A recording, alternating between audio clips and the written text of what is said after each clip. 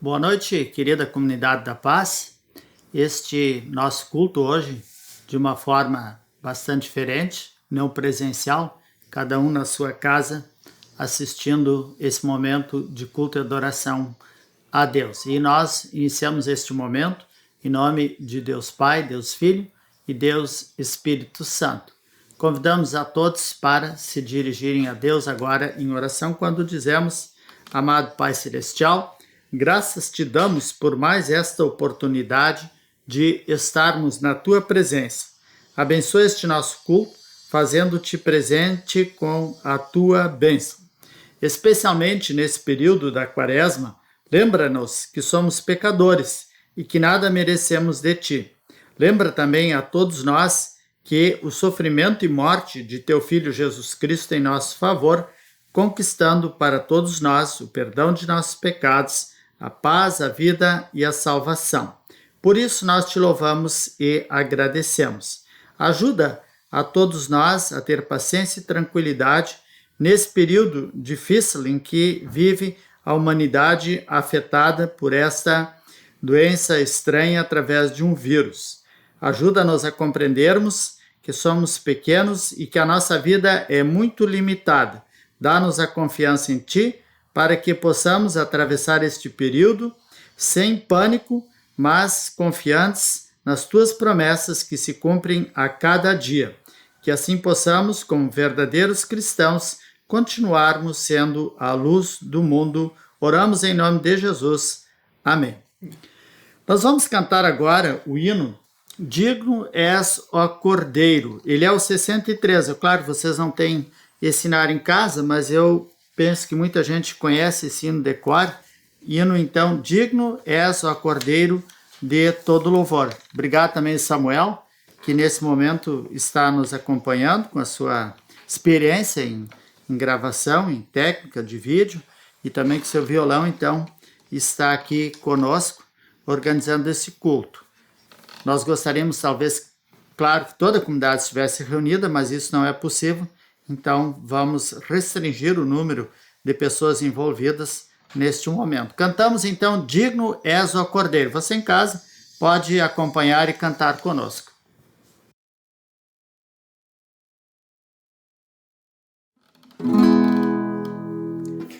Digno és, ó Cordeiro, de todo louvor. Graças nós rendemos por teu amor. Tua seja a glória e o domínio também, para todos sempre. Amém, amém. Teus são os poderes e os tronos também, hoje e para sempre. Amém, amém. Glória nas alturas, na terra também. Glórias, aleluia, amém, amém. O Evangelho para este quarto domingo na Quaresma é de João, capítulo 9.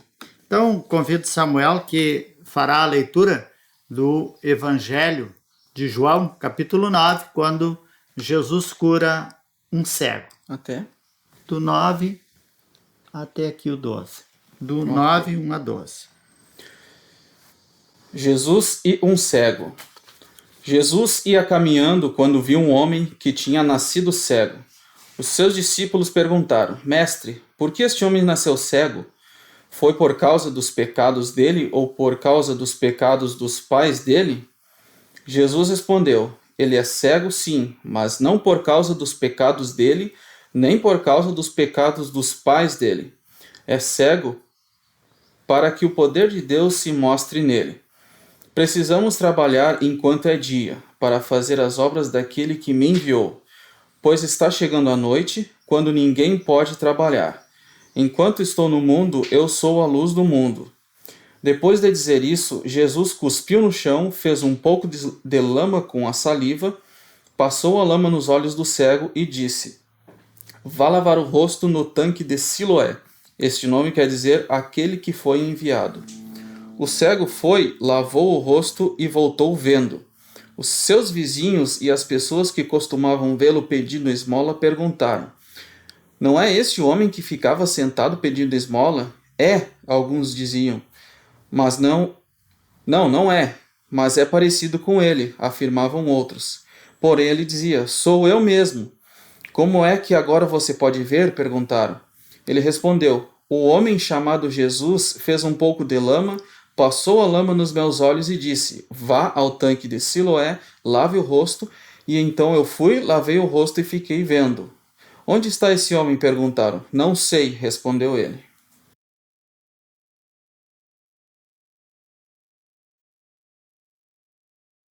Esse trecho do Evangelho de João, capítulo 9, quando Jesus então restabelece a visão a um homem que é cego de nascença, ele traz para nós um questionamento que já aquelas pessoas faziam e que nós fazemos hoje diante dessa epidemia mundial que é causada por este vírus, do qual ainda não temos um medicamento eficaz. E quando é uma epidemia, ou seja, uma doença contagiosa que pode ser transmitida de pessoa para pessoa e atinge todo mundo, nós chamamos de pandemia. Então ela está em escala mundial, universal. E a pergunta que essas pessoas fizeram aqui na história: por que será que este homem nasceu cego? De quem era a culpa? Dele ou dos pais dele? Não é verdade que muitas vezes nós ouvimos também essa pergunta em nosso meio? Por que será que essa doença está se alastrando entre nós? As perguntas são bastante semelhantes. De quem é a culpa? Quem é o culpado por tudo isso? Quais são as pessoas culpada por tudo isso? Mas vejam que a pergunta não é certa quando nós perguntamos quem são as pessoas culpadas. Deveríamos perguntar quais as pessoas culpadas. E quando perguntamos quais as pessoas culpadas, será que, em primeiro lugar, nós não deveríamos apontar o dedo para nós mesmos?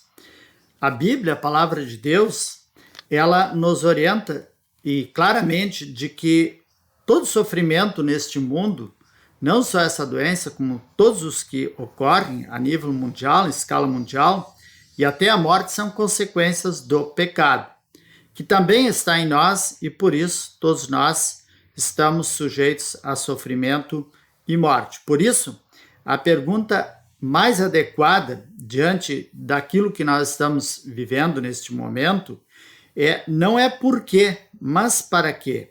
E Jesus, quando perguntam por que aquela pessoa nasceu cega, Jesus corrige a pergunta daquelas pessoas e disse: para quê? Para que este homem nasceu cego? Para que o poder de Deus se mostre nele. Esta é a pergunta e a resposta mais apropriada. Por isso, nós podemos refletir sobre esse texto e tirar para nós algumas lições diante dessa situação em que estamos vivendo agora. A primeira reflexão é não para quê. Esse não é o momento para pôr Deus à prova, como alguns estão fazendo, ao alegar que quem tem fé não vai ser atingido. Isso é uma temeridade, isso é uma tentação contra Deus. Vejam, vocês lembram, há poucos dias, num dos últimos cultos, não foi no último, acho que há 2 semanas, a tentação de Jesus.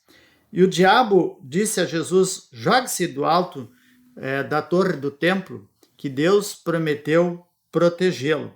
Claro que Deus prometeu protegê-lo, mas Jesus não quis tentar a Deus. Por isso, diante dessa situação em que estamos vivendo, nós não nos expomos voluntariamente ao perigo e não expusemos também os outros ao perigo.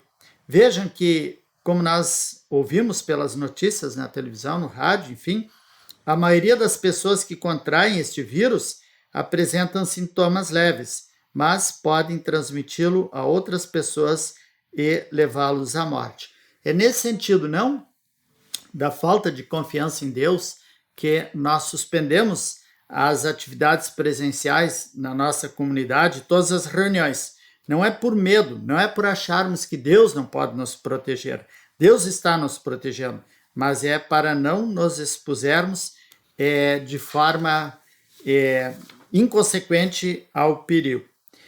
Também podemos lembrar desse texto lido que cristãos como nós não se expõem de forma desavisada ao perigo, mas que, estando em perigo, nós confiamos no auxílio e na proteção de Deus. Por isso, diante de toda essa circunstância desfavorável à vida de todos nós não precisamos entrar em desespero. Aliás, nós não devemos entrar em desespero, porque nós estamos firmados, através da fé, de que as circunstâncias estão sob controle pelas mãos de Deus. E Deus providencia pessoas, equipamentos e meios capazes de nos auxiliar na proteção. Também podemos lembrar que chegamos agora para quê? Para mostrar também diante de Deus, diante do mundo e para nós mesmos, principalmente, a nossa fragilidade, o quanto dependemos de Deus. Às vezes nós temos observado o quanto nós nos tornamos arrogantes quando temos meios financeiros de acessar aos equipamentos de saúde.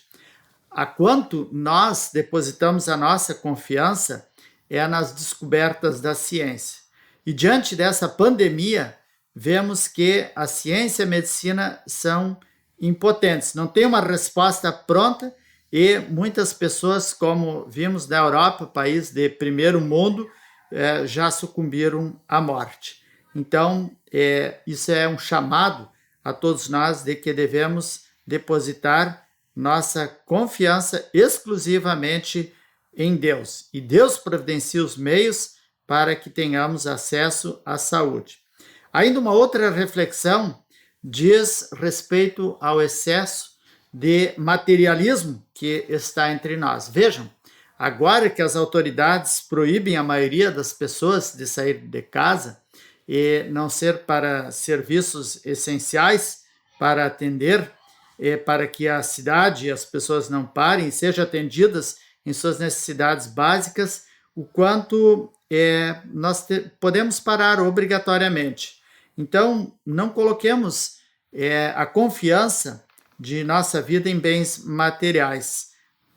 Não deixemos que isso tome conta da nossa vida e não digamos, quando nós temos toda a liberdade de ir e vir aos encontros que a igreja promove, culto e momentos de estudo, dizendo que temos que trabalhar, que temos que descansar.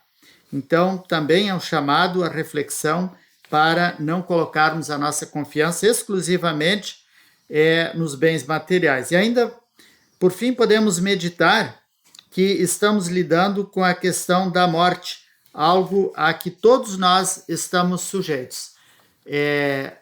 Nós não sabemos qual será o nosso dia. Pelas estatísticas, pelas perspectivas, pelos cálculos feitos por todas as instituições, um pequeno número de pessoas sucumbe vítima desse vírus, 2 a 3% só. Mas quem são esses 2 a 3%? Em cada 100 pessoas infectadas, 2 a 3, 4 podem vir a falecer, mas pode ser eu.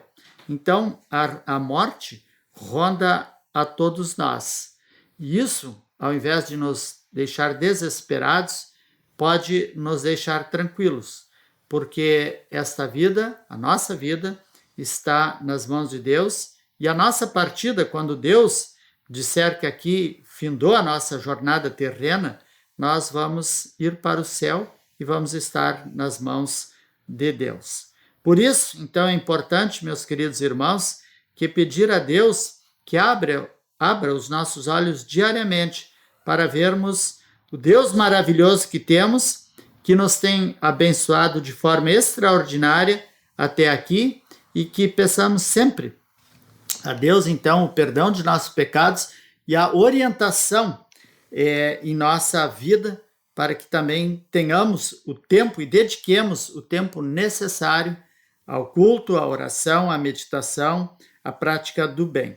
Se assim agirmos, tomando todos os cuidados, buscando os recursos médicos na medida do necessário e especialmente confiando na proteção e auxílio de Deus, estaremos preparados para enfrentar da melhor maneira o grande perigo que essa infecção que ocorre em todo o mundo por conta do coronavírus, que se aproxima de nós, poderá ser enfrentada de forma calma, tranquila, sem sobressaltos, sabendo que Deus está no comando da situação.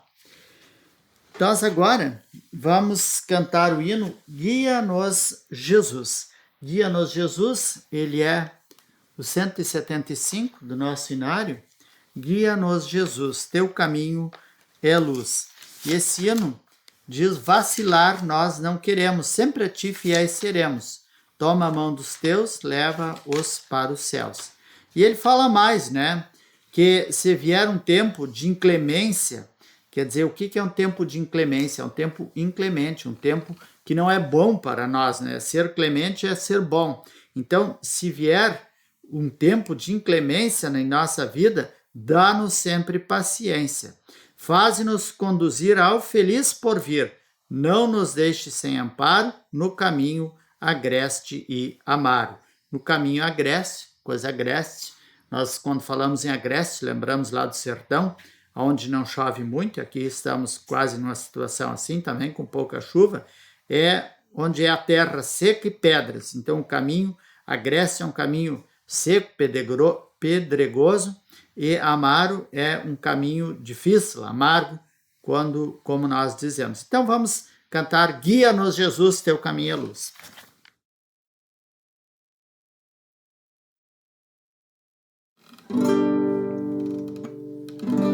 Guia-nos Jesus, teu caminho é luz. Vacilar nós não queremos, sempre a ti fiéis seremos. Toma a mão dos teus, leva-os para os céus. Em aperto e dor, mostra o teu favor. Quando vem a desventura, o teu filho não murmura. Pelas aflições, vamos às mansões.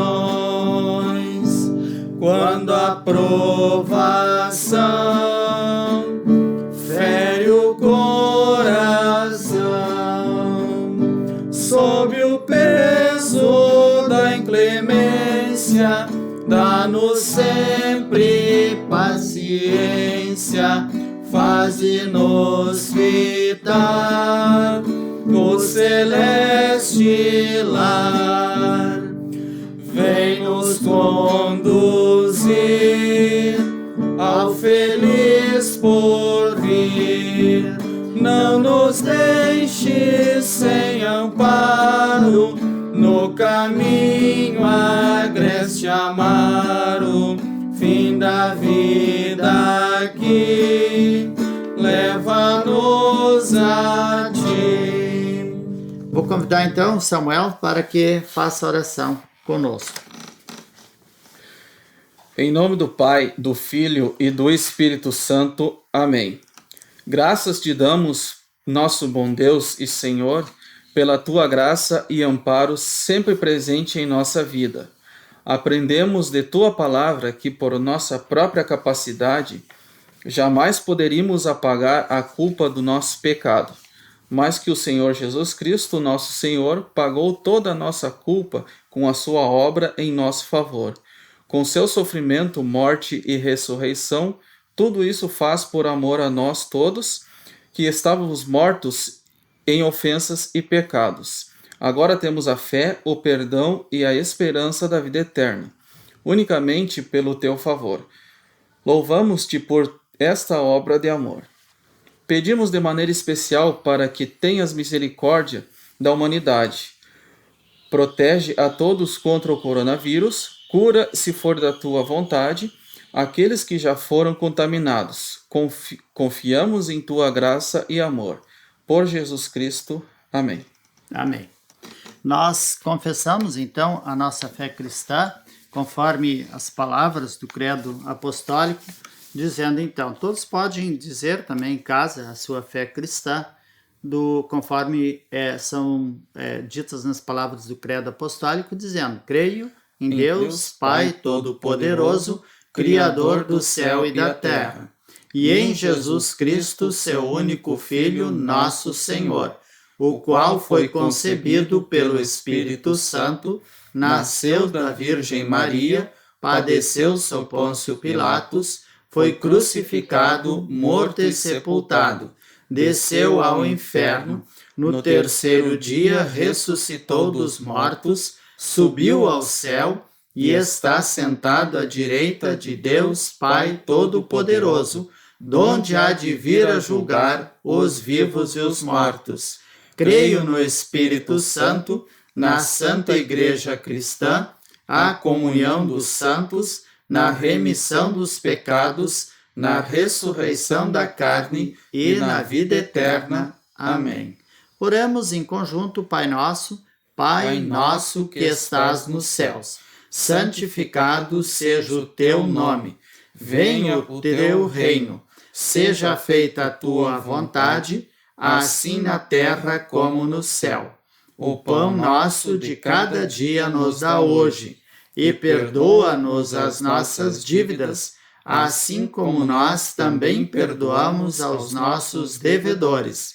E não nos deixes cair em tentação, mas livra-nos do mal. Pois teu é o reino, e o poder, e a glória, para sempre. Amém. Estimados irmãos, estimados amigos, todos, quando se reúnem em nome de Deus, como nós fizemos neste momento, vocês em suas casas, nós aqui na nossa casa, Deus está nos abençoando. Deus promete, Deus é um Deus que cumpre as suas promessas fielmente de nos abençoar. É claro que o culto, assim, de forma virtual, que se diz, né? Virtual, pelos meios de comunicação moderna, nós não temos como receber a Santa Ceia, mas a Santa Ceia, na verdade, não é Deus que precisa dela, somos nós que precisamos dela, porque ali Deus confirma o perdão que Ele dá a todos nós. Nós temos livre acesso ao perdão de Cristo. Deus na Santa Ceia vem nos dizer, olha, de fato eu ouvi o seu pedido de perdão e de fato o perdoei. Então a Santa Ceia nos dá essa garantia, essa certeza. Mas todos recebem sempre a absolvição e a perfeita comunhão com Deus, mesmo quando não participam, quando não é possibilidade de participarmos da Santa Ceia. Também temos sempre nos nossos cultos as ofertas para a manutenção do reino de Deus.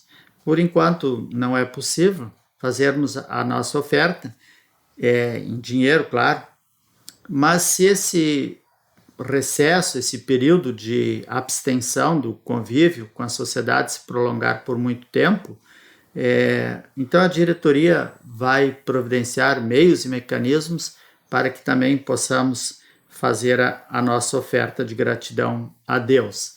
Mas façamos como diz a Bíblia, os apóstolos recomendaram aos cristãos que, quando não tinham oportunidade de se reunir, que fossem guardando em casa as suas ofertas e em tempo oportuno eles assim o fizessem.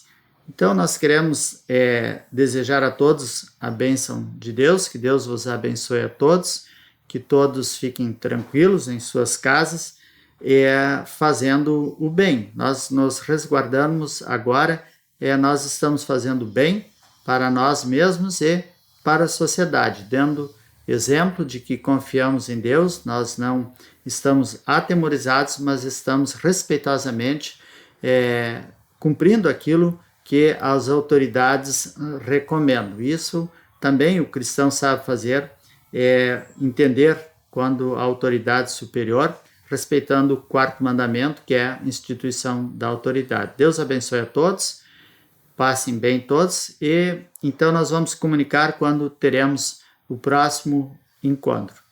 A todos, a bênção de Deus. Amém.